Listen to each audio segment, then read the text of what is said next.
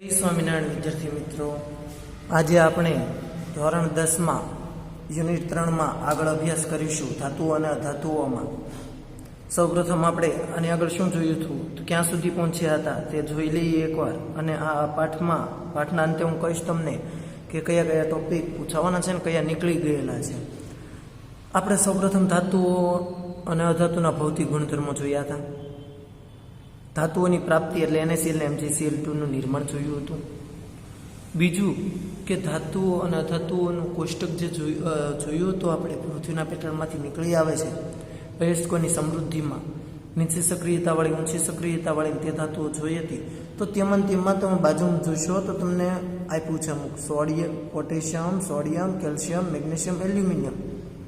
એ વિદ્યુત વિભાજન દ્વારા અલગ કરી શકાય. ઝીંક, આયર્ન, લેડ ને કોપર કાર્બનના ઉપયોગ દ્વારા રિડક્શન કરી શકાય. અને Ag એટલે સિલ્વર અને Eu એટલે ગોલ્ડ તે મૂળ અવસ્થામાં પ્રાપ્ત મળે છે. અને પોટેશિયમ, સોડિયમ, કેલ્શિયમ, મેગ્નેશિયમ અને Al એટલે એલ્યુમિનિયમ જે વિદ્યુત વિભાજન દ્વારા અલગ કરી શકાય. ઝીંક છે, આયર્ન, Fe એટલે આયર્ન, Pb એટલે લેડ, Cu એટલે કોપર એ કાર્બનનો ઉપયોગ કરીને રિડક્શન કરી શકો. Ag એટલે સિલ્વર, ચાંદી અને Au એટલે ગોલ્ડ, સોનું જે મૂળ અવસ્થામાં મળી આવે છે. તો આ એટલું બધું ઇમ્પોર્ટન્ટ નથી. આ યાદ રાખવાનું છે કે કઈ ધાતુનું કોના દ્વારા રિડક્શન કરી શકાય તો અલગ કરી શકાય. હવે અયસ્કોની સમૃદ્ધિ જોવાની છે. તો કે પૃથ્વીના પેટાળમાંથી તમે જે વસ્તુ ખોદીને કાઢો છો આ બધા તત્વો, તો એ અયસ્કો સામાન્ય રીતે મોટા પ્રમાણમાં અશુદ્ધિઓ એમાં હોય. શું હોય અશુદ્ધિઓ? તો કે માટી હોય, રેતી હોય, વગેરેથી દૂષિત હોય. જેને શબ્દ આપ્યો છે ગેંગ. ગેંગ એટલે આ બધી અશુદ્ધિઓ તત્વોની સાથે ધાતુઓની સાથે રહેલી હોય છે. તો આ અશુદ્ધિઓને અલગ કરવી પડે. આ અશુદ્ધિને અલગ કરવા માટેની અલગ અલગ પદ્ધતિઓ આપેલી છે. તેમાં સૌપ્રથમ પહેલી પદ્ધતિ કે સક્રિયતા શ્રેણીમાં નીચે રહેલી ધાતુનું નિષ્કર્ષણ. તમને પ્રશ્ન હવે અહીંથી પૂછાશે કે સક્રિયતા શ્રેણીમાં નીચે રહેલી ધાતુનું નિષ્કર્ષણ સમજાવો. શું? સક્રિયતા શ્રેણીમાં નીચે રહેલી ધાતુનું નિષ્કર્ષણ સમજાવો. તો ખાસ સમજો, આ કોપર છે, Ag છે, એ આ બધી નીચે રહેલી ધાતુઓ છે, પણ આ તો મૂળ અવસ્થામાં મળી આવે. તો આમાં નીચે કઈ કહેવાય? Pb ને Cu. આ સૌથી ઉપર છે સક્રિયતા શ્રેણીમાં, સૌથી ઉપર. આ મધ્ય, આ નીચે, આ તો શુદ્ધ જ છે. તો આપણે એક ઉદાહરણ લઈએ. SgS સિન્નાબાર છે, રિએક્શન યાદ રાખવી પડશે. 2SgS mercury sulphide. સલ્ફરવાળું સંયોજન લેવાનું નીચે રહેલી ધાતુમાં. કારણ કે આપણે આગળ કોષ્ટક જોયા હતા વિદ્યાર્થી મિત્રો, તમે જોઈ શકો છો આપણે આગળ કોષ્ટક લીધું હતું કે નીચે રહેલી હોય એના સલ્ફાઇડ લેવાના. સલ્ફાઇડ લઈને શું કરવાનું? ભુંજન એટલે ઓક્સિજન ઉમેરવાનું. સલ્ફાઇડ લેવાના, એનું ભુંજન કરવાનું એટલે કે ઓક્સિજન ઉમેરવાનો, તો ધાતુ મળે. જો ભાઈ આખું કોષ્ટક યાદ રાખવાનું છે જે આવતા વખતે ભણાવ્યું હતું. તો અહીંયા પણ જોતા જઈએ તો નીચે રહેશું એમાં શું લઈશું? સલ્ફાઇડ. મેં કઈ ધાતુ લીધી? Sg, પણ એનો શું લીધો? સલ્ફાઇડ. 2SgS ભુંજન કરશું એટલે 3O2 ઓક્સિજન ઉમેર્યો. હવે અહીંથી 2Sg લ્યો અને અહીંથી 3 દૂ 6 ઓક્સિજન છે, એમાંથી 2 ઓક્સિજન લ્યો એટલે 2HgO થાય. 2 Hg આવી ગયા, 3 દૂ 6 ઓક્સિજનમાંથી 2 ઓક્સિજન આવી ગયા. તો અહીંયા 2 સલ્ફર વધ્યા અને 4 ઓક્સિજન, તો 2SO2 થશે. આ 2HgO ને આગળ લ્યો, એને ઉષ્મા આપો એટલે ઓક્સિજન દૂર થશે. O2 દૂર થાય તો વધે શું? 2Hg. આવડે એટલું? આમાં બીજી રિએક્શન આપી 2Cu2S વત્તા 3O2. 2Cu2S વત્તા 3O2, તો આમાંથી ઓક્સિજન અહીંયા ઉમેરી દો 2 અને સલ્ફર કાઢી નાખો એટલે 2Cu2O. 2Cu2O વધ્યું શું? અહીંયા 2 સલ્ફર અને અહીંયા 4 ઓક્સિજન, તો 2SO2. હવે આ 2Cu2 અને આગળ લો અને એમાં ઓક્સિજન ઉમેરવાનો હોય, પણ અહીંયા Cu2S જ પાછો ઉમેરીએ છીએ. જે આ Cu2S હતો એ 2 ભાગમાં હતો, એમાંથી 1 ભાગ ઉમેરીએ છીએ. તો Cu કેટલા ગણી લો? 2 ને 2 4, 4 ને 2 6, એટલે 6 Cu વત્તા 2 ઓક્સિજન અને 1 સલ્ફર એટલે SO2. જો ભાઈ નીચે રહેલી ધાતુ બહુ ઓછી પૂછાય, પણ હવે છે ને એ પૂછાય મધ્યમાં રહેલી ધાતુનું નિષ્કર્ષણ એટલે કે ભુંજન અને કેલ્સિનેશન સમજાવો. હવે તમને યાદ રાખવાનું છે કે આપણે આગળ કોષ્ટકમાં ભણી ગયા હતા કે ભુંજન અને કેલ્સિનેશન કરવા માટે ભૂંજન કરવું હોય તો સલ્ફાઇડયુક્ત કાચી ધાતુઓ લેવી પડે અને કેલ્સિનેશન કરવું હોય તો કાર્બોનેટયુક્ત લેવી પડે. સૌપ્રથમ ભૂંજન સમજીએ તો સલ્ફાઇડયુક્ત આપણે લીધી છે ZnS, ઝિંક સલ્ફાઇડ. 2ZnS લીધું છે. પહેલાં આ જ રિએક્શન સમજો. ભૂંજન માટે સલ્ફાઇડયુક્ત કાચી ધાતુ લેવાની, તો કે સલ્ફાઇડયુક્ત મેં ઝિંક સલ્ફાઇડ લીધી છે 2ZnS. ભૂંજન એટલે ઓક્સિજન ઉમેરવાનો, તો 3O2 ઉમેરું છું. અહીંથી ઓક્સિજન આમાં ઉમેરી દો 2, અહીંથી ભાગ પાડવાના, બરાબર છે. 2Zn એમને રાખો, 2 ઓક્સિજન આમાં ઉમેરો એટલે 2ZnO થયું. અહીંયા શું વધ્યું? 2 સલ્ફર, 4 ઓક્સિજન, તો 2SO2 થશે. ફરી વખત સમજો. પહેલાં તો આનું લખાણ કેમ લખવું, આગળનું લખાણની કેટલી બધી જરૂર નથી. મધ્યમાં રહેલી ધાતુનું નિષ્કર્ષણ, ભૂંજન કેલ્સિનેશન સમજાવો. તો કે ભૂંજન એટલે સલ્ફાઇડયુક્ત કાચી ધાતુની ઓક્સિજન સાથે પ્રક્રિયા કરતા સલ્ફાઇડયુક્ત કાચી ધાતુ ઓક્સાઇડયુક્ત કાચી ધાતુમાં ફેરવાય, બરાબર, અને તેની કાર્બન સાથે પ્રક્રિયા કરતા ધાતુ છૂટી પડે તો તેને ભૂંજન કહેવાય. આને ઘડીક વાર ભૂલી જાઓ કેલ્સિનેશન. સલ્ફાઇડયુક્ત કાચી ધાતુ મેં કઈ લીધી 2ZnS. એમાં શું ઉમેર્યું? 3O2. ઉષ્મા આપશો એટલે અહીંથી 2 ઓક્સિજન અહીંયા ઉમેરાય તો 2ZnO વત્તા 2SO2. હવે 2ZnO માંથી 1 ZnO લઈ લો અને એમાં કાર્બન ઉમેરો તો કે અહીંથી ભાગ પડે. Zn અલગ પડ્યું અને કાર્બનનો ઓક્સિજન જોડાઈ ગયો. આટલું આવડે? હવે કેલ્સિનેશનમાં કાર્બોનેટયુક્ત કાચી ધાતુને ઓક્સાઇડયુક્ત કાચી ધાતુમાં ફેરવવાની પ્રક્રિયાને શું કહેવાય? કેલ્સિનેશન. કાર્બોનેટયુક્ત કાચી ધાતુને ઓક્સાઇડયુક્ત કાચી ધાતુમાં ફેરવવાની પ્રક્રિયાને કેલ્સિનેશન કહેવાય. ઝિંક કાર્બોનેટ લીધું છે, કાર્બોનેટયુક્ત એટલે ZnCO3 ઝિંક કાર્બોનેટ. એને ઉષ્મા આપશો એટલે અહીંથી ભાગ પડે પણ 1 ઓક્સિજન આમાં ઉમેરાય ZnO. તો અહીંયા શું વધ્યું? CO2, કેમ કે 1 ઓક્સિજન તો અહીંયા આવી ગયો. ZnO વત્તા CO2. આ ZnO ને આગળ લઈ જાઓ, વત્તા કાર્બન ઉમેરો તો પાછી આની આ જ પ્રોસેસ થશે. તો આટલું આવડે. એમાં બીજી રિએક્શન આપી તે બહુ જરૂરી નથી, પણ તોય જોઈ લો કે Fe2O3 ફેરસ ઓક્સાઇડ ડાયરેક્ટ આપ્યો છે, વત્તા 2Al ઉમેર્યો છે. તો અહીંથી Fe અલગ કરો, કેટલા Fe થશે? તો કે 2. 2Fe અલગ કરો, ઓક્સિજન અહીંયા ઉમેરજો. 2 એલ્યુમિનિયમ એટલે Al2, 3 ઓક્સિજન એટલે O3. Fe2O3 વત્તા 2Al, અહીંથી ભાગ પાડો, 2 Fe અલગ કરો, 2Al તો છે તે એટલે Al2 ઉમેર્યો, O3 અહીંયા ઉમેરજો એટલે Al2O3 વત્તા ઉષ્મા છૂટી પડશે. હવે આ પ્રક્રિયામાં ઉષ્મા ઉત્પન્ન થાય ને એટલે ઉષ્માક્ષેપક કહેવાય. ઉષ્માનું શોષણ થતું હોત તો ઉષ્મા શોષક કહેવાય, પણ ઉષ્મા મુક્ત થઈ એટલે એને ઉષ્માક્ષેપક કહેવાય. ઉષ્માનું પ્રમાણ એટલી હદે વધુ હોય આમાં કે ઉત્પન્ન થતી ધાતુ છે ને એ પીગળેલી અવસ્થામાં મળે, પ્રવાહી સ્વરૂપમાં મળે. જેમ કે Fe2O3 એટલે આયર્ન 3 ઓક્સાઇડ, આયર્ન 3 ઓક્સાઇડ. આને આયર્ન કહેવાય, આને ઓક્સિજન કહેવાય, પણ અહીંયા 3 છે અને રોમનમાં 3 લખ્યા એટલે આયર્ન 3 ઓક્સાઇડ Fe2O3 ની એલ્યુમિનિયમ સાથે Fe2O3 ની એલ્યુમિનિયમ સાથે પ્રક્રિયા કરીએ તો એનો ઉપયોગ રેલવેના પાટા અથવા તિરાડ હોય ને તે પડેલા મશીનના ભાગોને જોડવા કરવામાં આવે અને આ પ્રક્રિયાને થર્મિટ પ્રક્રિયા કહેવાય. હવે વિદ્યાર્થી મિત્રો, ટોચ પર રહેલી ધાતુનું નિષ્કર્ષણ કરીએ. ટોચ પર એટલે સોડિયમ પોટેશિયમ હતું તે, તો એનું નિષ્કર્ષણ કરવા માટે વિદ્યુત વિભાજન કરવું પડે, જે આગળ આપણે જોઈ ગયા. વિદ્યુત વિભાજન સિવાયનો કોઈ ઉપાય નથી. તો એમાં વિદ્યુત વિભાજન કરશો એટલે વિદ્યુત વિભાજન આગળ સમજશું તેની પહેલાં જોઈશું આપણે કે એનોડ ને કેથોડ પર શું ઉત્પન્ન થાય. તો કે કેથોડ ઉપર છે ને એ ધન આયન ઉત્પન્ન થશે અને એનોડ ઉપર ઋણ આયન, એટલે કેથોડ પર Na++ ઇલેક્ટ્રોન ગીવ્સ સોડિયમ ઉત્પન્ન થાય. એનોડ પર 2Cl- ગીવ્સ Cl2 વત્તા 2 ઇલેક્ટ્રોન થાય. પણ આ સમજાશે નહીં અને આ પૂછાતું પણ નથી, પણ આ પૂછાય એવું છે અને આ પૂછાઈ શકે. આ વિદ્યુત વિભાજન જ છે. ધાતુનું શુદ્ધિકરણ અથવા બીજો એવો પ્રશ્ન પૂછે કે વિદ્યુત વિભાજન એ શુદ્ધિકરણ સમજાવો, તો પહેલાં આકૃતિ જોઈ લો. એક મેં બીકર લીધેલું છે, તેમાં 2 ધ્રુવ ડૂબાડેલા છે, એક એનોડ અને એક કેથોડ, બરાબર. બંને છે એ શેના ડૂબાડેલા છે? તો કે કોપરના લઈ શકો, કોઈ ધાતુના લઈ શકો. અહીંયા ધન ધ્રુવ અને અહીંયા ઋણ ધ્રુવ બેટરી જોડેલી છે. અહીંયા કળ છે, બરાબર. આની અંદર જે દ્રાવણ લીધું તે એસિડિક કોપર સલ્ફેટનું લીધું છે. એસિડ એટલે દાખલા તરીકે HCl H2SO4 કોઈ પણ એસિડ હોય અને એમાં કોપર સલ્ફેટ, એનું દ્રાવણ લીધું છે, બરાબર. અહીંયા ટાંકી કીધી છે, આપણે કોઈ બીકર કીધું છે, અને નીચે જે અશુદ્ધિઓ ભેગી થાય છે તે એનોડ પંખ. હવે સમજાવું છું. કાચી ધાતુઓ જેવી કે કોપર, ઝીંક, ટીન, નિકલ, ચાંદી, સોનું વગેરેનું શુદ્ધિકરણ કરવા માટે વિદ્યુત વિભાજન પદ્ધતિનો ઉપયોગ થાય. આ વિદ્યુત વિભાજન પદ્ધતિમાં એક બીકર લેવામાં આવે છે, તેમાં એસિડિક કોપર સલ્ફેટનું દ્રાવણ લેવામાં આવે છે અને તેની અંદર ધાતુના 2 ધ્રુવો ડુબાડવામાં આવે છે.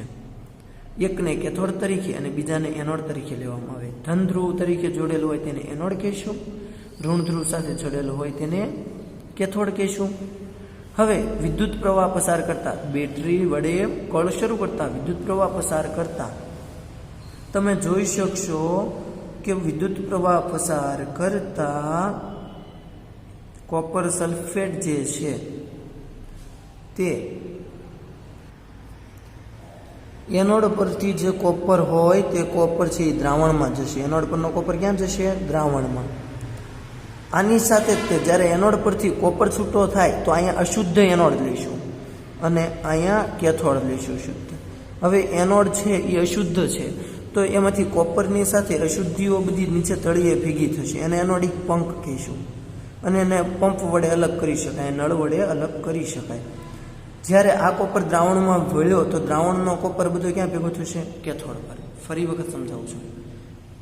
કોપર, ઝીંક, ટીન, નિકલ, ચાંદી, સોનું જેવી ધાતુનું શુદ્ધિકરણ વિદ્યુત વિભાજન દ્વારા કરવામાં આવે. સૌપ્રથમ એક પાત્ર લેવામાં આવે આકૃતિમાં દર્શાવ્યા મુજબ, તેમાં એસિડિક કોપર સલ્ફેટનું દ્રાવણ લેવામાં આવે, તેમાં 2 ધ્રુવો, એક અશુદ્ધ ધાતુનો ધ્રુવ જેને એનોડ ધ્રુવ કહીશું અને એક શુદ્ધ ધાતુનો ધ્રુવ જેને કેથોડ કહીશું, તે 2 આકૃતિમાં દર્શાવ્યા મુજબ ગોઠવવામાં આવે છે.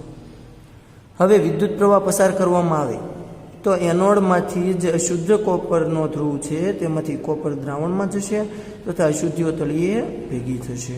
તળિયે ભેગી થયેલી અશુદ્ધિઓને એનોડ પંખ કહેશું, તેને નળ વાટે દૂર કરી શકશું. દ્રાવણમાં રહેલો કોપર આયન કેથોડ પર જમા થશે. આ રીતે અશુદ્ધ કોપર છે જે એનોડ છે તે ખવાતો જશે, ઓછો થતો જશે અને કેથોડ પર બધું શુદ્ધ કોપર ભેગું થશે. આ રીતે ધાતુના વિદ્યુત વિભાજન દ્વારા શુદ્ધિકરણ કરી શકાય છે. તો વિદ્યાર્થી મિત્રો, આમાં પૂછાય એવા ટોપિક જે હતા તે અહીંયા લખું છું અને એ પૂછાઈ શકે. ધાતુ અને અધાતુના ભૌતિક ગુણધર્મો, બરાબર. આ જે પૂછાય છે તમારા પાઠ્ય, હવે ખાસ સમજો કે અમુક કોર્સ છે એ તમને બાદ કરી નાખ્યો છે જે તમે સમજ્યા છો, બરાબર. તમારી પાસે પહોંચ્યું હોય કે અમુક કોર્સ છે એ બાદ કર્યો એટલે પરીક્ષામાં નથી પૂછવાના આ વર્ષે, અને જે પરીક્ષામાં પૂછવાના છે તો માર્ક માટે આપણે જે પરીક્ષામાં પૂછવાના છે તેની પર વધારે ભાર દેવાનો છે. તો ધાતુ અને અધાતુના ભૌતિક ગુણધર્મો આપણે ભણી ગયા અને એ ખાસ આવડવા જોઈએ, બરાબર. પછી આ NaCl અને MgCl2નું નિર્માણ વાળું.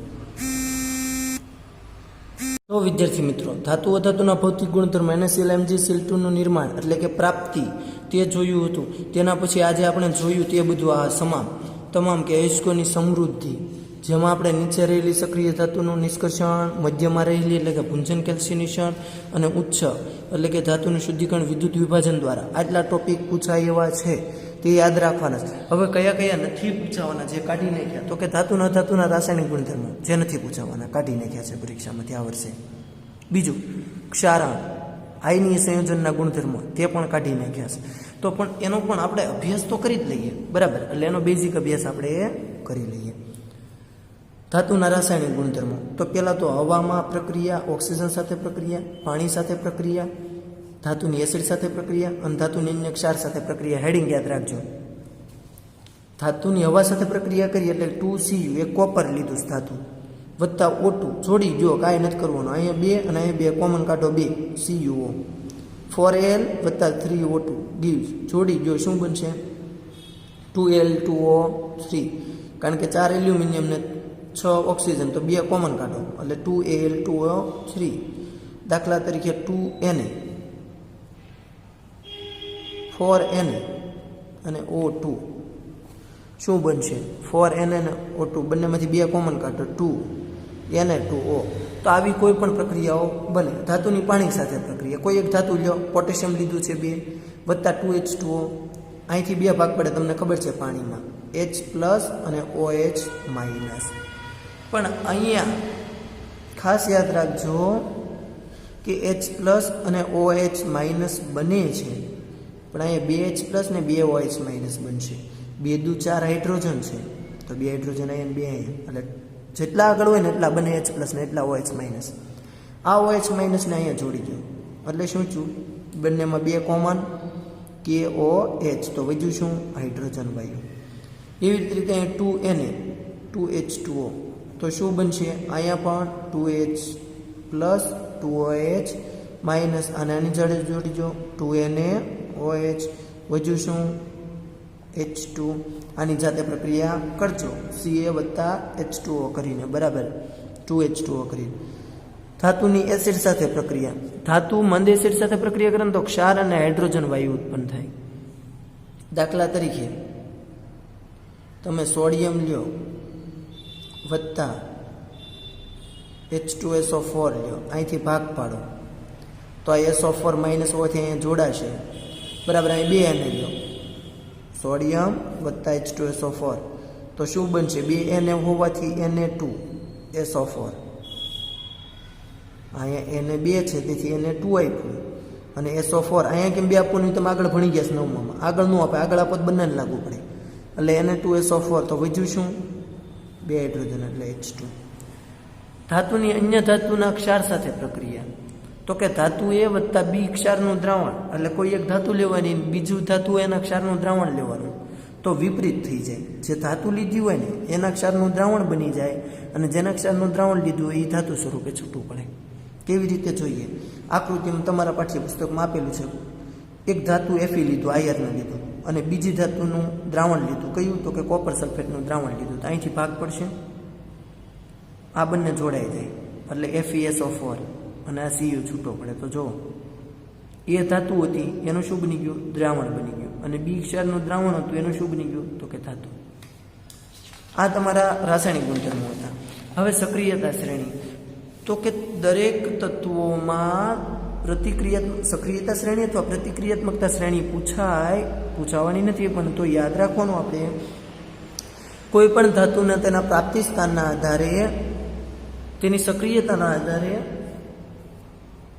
વધારે સક્રિયથી ઓછા સક્રિય ક્રમમાં ગોઠવવામાં આવે તો તેને પ્રતિક્રિયાત્મકતા અથવા સક્રિયતા શ્રેણી કહેવાય। પછી આ ક્રમ યાદ રાખવાનો, potassium, sodium, calcium, magnesium, aluminium, આમ ક્રમ યાદ રાખવાનો છે, બરાબર। અને સૌથી ઉપર છે ને એ વધુ પ્રતિક્રિયાત્મકતા છે, અને જેમ આવીએ ને એમાં ઘટતી જાય પ્રતિક્રિયાત્મકતા, એટલે નીચે હોય ને ઓછી પ્રતિક્રિયાત્મક છે। એની પછી છે આયનીય સંયોજનના ગુણધર્મો, એ પણ પૂછવાનું નથી, તો પણ એમાં પણ 4 પોઈન્ટ યાદ રાખવાના, ભૌતિક સ્વભાવ યાદ રાખવાનો, ગલનબિંદુ ઉત્કલનબિંદુ યાદ રાખવાનું, દ્રાવ્યતા યાદ રાખવાની, અને વિદ્યુતનું વહન। ભૌતિક સ્વભાવ, તે છે ઘન, ભૌતિક સ્વભાવ તે છે ઘન, પણ સામાન્ય રીતે બરડ અને દબાણ આપતા તૂટી જાય તેવા છે। બીજું, ગલનબિંદુ અને ઉત્કલનબિંદુ એના ઊંચા છે, તેથી બંધ સરળતાથી તૂટતા નથી। તે દ્રાવ્યતા જોઈએ તો પાણીમાં દ્રાવ્ય થઈ જાય છે, સોડિયમ ક્લોરાઇડ હોય NaCl મીઠું, તો તે પાણીમાં દ્રાવ્ય થઈ જાય, પણ કેરોસીન અને પેટ્રોલમાં દ્રાવ્ય થતા નથી, એટલે અદ્રાવ્ય છે। શેમાં દ્રાવ્ય છે, પાણીમાં દ્રાવ્ય, કેરોસીન પેટ્રોલમાં અદ્રાવ્ય। વિદ્યુતનું વહન, તો કે વિદ્યુતનું વહન કરે છે સરળતાથી, કારણ કે 2 આયનો છૂટા પડે, NaCl હોય તો Na+ ને Cl- છૂટા પડે છે। ક્ષારણનો પોઈન્ટ પૂછવાનો નથી, છતાં લઈ લઈએ, પણ આગળના પહેલા પાઠમાં આપણે લઈ ગયા હતા। ક્ષારણ કોને કહેવાય, એસિડ અને હવાની હાજરીમાં, એટલે કે પાણી અને હવાની હાજરીમાં કોઈ ધાતુ પર કાટ લાગવાની પ્રક્રિયાને ક્ષારણ કહેવાય। જેમ કે લોખંડની વસ્તુ પર કાટ લાગે છે, ઘણી ધાતુ પર કાટ લાગે તો તે ફાયદાકારક હોય, જેમ કે એલ્યુમિનિયમ પર કાટ લાગે તો તે એલ્યુમિનિયમનું રક્ષણ કરે છે। કાટ લાગવાથી આર્થિક રીતે ઘણું બધું મોટું નુકસાન થાય છે, બરાબર। કાટને અટકાવવાના ઉપાયો જે આગળ તમે ભણાવી દીધેલા છે મેં, રંગ કરવો જોઈએ, તેલ, ગ્રીસ વગેરે લગાડવું જોઈએ, મોટી વસ્તુઓ હોય, જહાજ કે પાણીના સંપર્કમાં આવે તેવી વસ્તુઓ હોય તો ઝીંકના વધુ સક્રિય હોય તેવી ધાતુઓના ટુકડા લગાડવા જોઈએ, એટલે કે સોતલા લગાડવા જોઈએ। મિશ્ર ધાતુનો ઉપયોગ કરવો જોઈએ તે આગળ પહેલા પાઠમાં આપણે ભણી ગયા છીએ. તો અહીંયા સુધી રાખીએ આપણે. અહીંયા તમારો પાઠ પૂરો થાય છે. ખાસ યાદ રાખવાનું છે, આમાં જે પૂછાયું છે એ ખાસ જોવાનું. ધાતુ અધાતુના ભૌતિક ગુણધર્મો, NaCl Mg નિર્માણ ક્યાંથી મળે છે, પછી અયસ્કોની સમૃદ્ધિ એટલે કે નીચે મધ્યમાન ઉચ્ચ સક્રિય ધાતુનું નિષ્કર્ષણ, ધાતુનું વિદ્યુત વિભાજન, આટલા પોઈન્ટ ખાસ યાદ રાખવાના છે. તો અસ્તુ. જય સ્વામિનારાયણ વિદ્યાર્થી મિત્રો.